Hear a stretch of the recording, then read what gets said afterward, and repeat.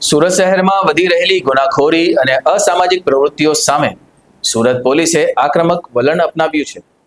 ગઈકાલે મોડી રાત્રે શહેરના અતિ સંવેદનશીલ વિસ્તારોમાં ઉચ્ચ પોલીસ અધિકારીઓના નેતૃત્વમાં એક વ્યાપક સરપ્રાઇઝ કોમ્બિંગ ડ્રાઈવ હાથ ધરવામાં આવી હતી। આ દરમિયાન પોલીસે અનેક શંકાસ્પદ અને અસામાજિક તત્વો સામે ગેરકાયદેસર કાર્યવાહી કરી, જેનાથી ગુનાખોરોમાં ફફડાટ ફેલાયો છે।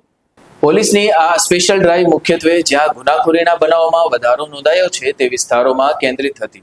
અઠવા, બેસ્તાન, ડિંડોલી, વરાછા અને રાંદેર સહિતના વિસ્તારોમાં પોલીસની ટીમોએ છાપા માર્યા અને તપાસ હાથ ધરી છે। પોલીસ કમિશનરના માર્ગદર્શન હેઠળ ડીસીપી કક્ષાના અધિકારીઓએ આ ઓપરેશનની સીધી દેખરેખ હતી। આશરે 4 કલાક સુધી ચાલેલી આ કોમ્બિંગ ડ્રાઈવમાં પોલીસે કોઈ પણ ઉપેક્ષા બરદાસ્ત ન કરી અસામાજિક તત્વો, જુગારખોરો, સંભવિત ગુનેગારો અને ઇતિહાસ ધરાવતા શખ્સોને તપાસ હેઠળ લેવામાં આવ્યા છે। પોલીસ સૂત્રોના જણાવ્યા અનુસાર શંકાસ્પદ મળી આવેલા ઈસમો સામે તાત્કાલિક અટકાયતના પગલાં લેવામાં આવ્યા। સાથે જ જેમના પર ગુનાનું પ્રમાણ સાબિત થયું તેમની સામે ફોજદારી કેસ નોંધવામાં આવ્યા છે। છેલ્લા કેટલાક દિવસોથી સુરત શહેરમાં હત્યા, લૂંટ, મારામારી અને ચોરી જેવી ઘટનાઓમાં ચોંકાવનારો વધારો જોવા મળ્યો હતો।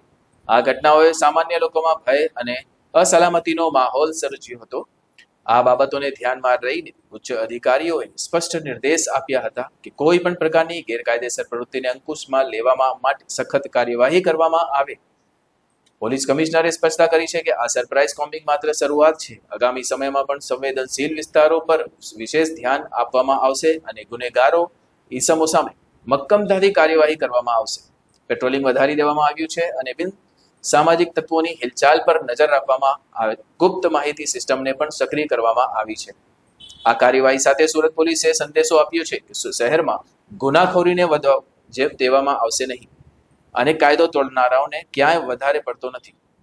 સુરત શહેરના લોકોમાં પોલીસના આ આક્રમક વલણને લઈને સર્વત્ર સંતોષનો માહોલ છે।